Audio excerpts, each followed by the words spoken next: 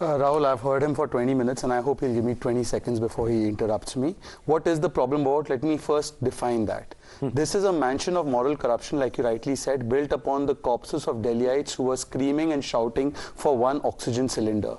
Just like the Victorian architecture, it is a legacy of colonial baggage. These walls and this mansion is an ode to VVIPism. Just like the walls that rival with the White House, these walls resemble the ivory tower of the Khas Aadmiyat, or the Khas Aadmi status that they've reduced themselves to.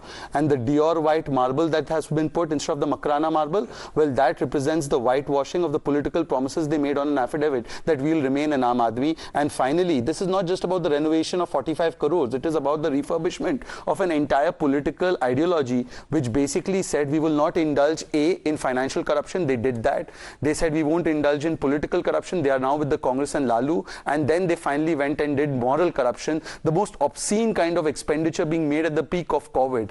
Tell me one thing, there are certain questions that haven't been answered specifically. Sanjay Singh came and said that this was reconstruction. The tender documents you have speak about alteration. Which one is true, Sanjay Singh or the document? Secondly, why is it that if the roof is falling, you need to install Dior pearl marbles against the recommendation of Makrana marble for crores of rupees? Point number 3, how does an 8 lakh rupee curtain and a total of 1 crore rupee curtains support the ceiling from falling? Fourth, why is it that all the expenditure was kept below 10 crores. Is this not smelling like a CWG style scam? And therefore the LG has asked for the documents to be kept protected. And obviously this means that the documents have not been submitted even to the CNAG. And clearly they are not tabling the CNAG reports on time. And they are not even going ahead and answering the strictures that the CNAG is passing. In fact, in the Delhi Jal Board case, by the way, Rahul, the CNAG had to go all the way to the High Court to demand files. And even there the Aam Aadmi Party has resisted. And finally, you know, the final point is that this is a party which said that we speak about transparency.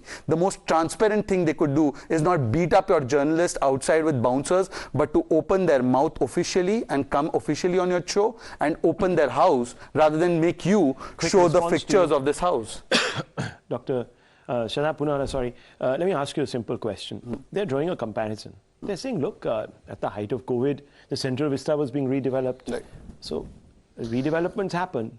Right. Things have to move on, buildings are collapsing, etc., etc. So can you respond to that? I'll respond to that. Yeah, the Central Vista, point, you see, because moral equivalence is being drawn here, and if you don't have a convincing answer, then there'll be a problem. This is the most immoral comparison to draw a moral equivalence between two projects which can have nothing in common. First of all, the Central Vista project went to the High Court and the Supreme Court both held it to be a project of national importance. Why? Because the Central Vista, when it is completed finally, will actually lead to a saving of the public exchequer by 1,000 crores per year minimum, because today all the ministries are scattered across Delhi. Some of them are paying high rentals. There's traffic movement, there's vehicular movement. That is a place where people are going to go and work, and that entire infrastructure is going to be created in the same space, and therefore that will be leading to a saving of money. This is nothing but blowing up public exchequer money, the money that can have